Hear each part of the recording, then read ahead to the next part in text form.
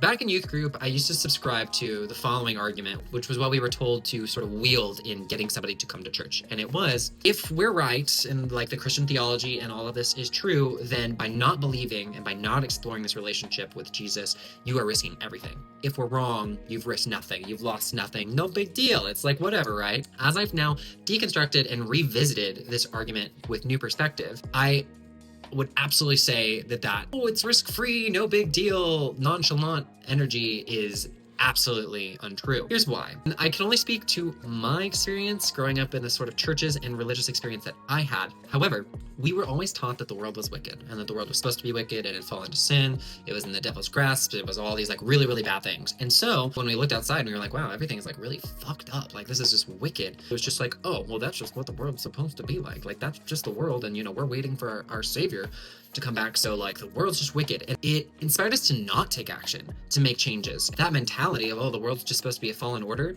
inspires a lot of really dangerous apathy that really lets bad actors, as we've seen, get away with so much because it's just like, oh, well, the world's just supposed to be wicked or whatever. So it's whatever, no big deal. Secondarily, we were always taught that, humans were, God's favorite, like above the angels and dominion over all of Earth's creatures.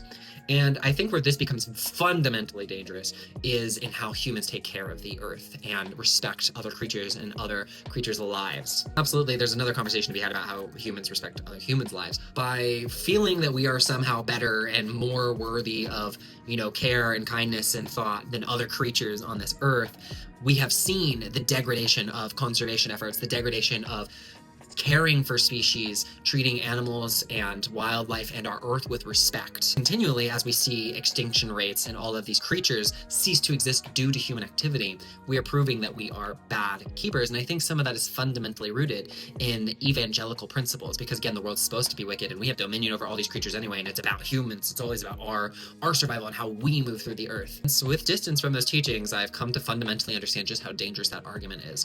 Also from a theological perspective, to simply tell people, hey, you should believe because you don't want to go to hell, right? You don't want to be wrong, is an inherently like false pretense to start with anyway. And I understand that's part of like an indoctrination process. It's like, oh, we get them in and then we teach them Jesus and then they love Jesus.